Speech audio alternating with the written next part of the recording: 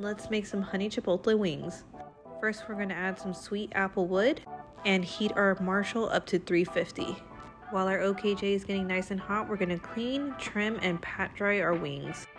Next, we're going to season with some garlic powder and then some onion powder. Next, we're going to do a combo of chili powder and paprika. Now we're going to pat our seasonings in with a little bit of olive oil to create that bark.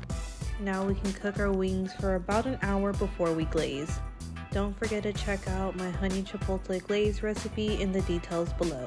Next, we're going to crank up our Marshall to 375 to help these wings crisp up. I personally check on these wings every 30 minutes until I get my desired color and desired temp. Making sure your OKJ is at 375 is a crucial step in getting these wings nice and crispy. Once they reach 165, you can pull them out and let them rest at room temperature. Don't forget to save this awesome recipe for your next cook. Till next time guys, enjoy!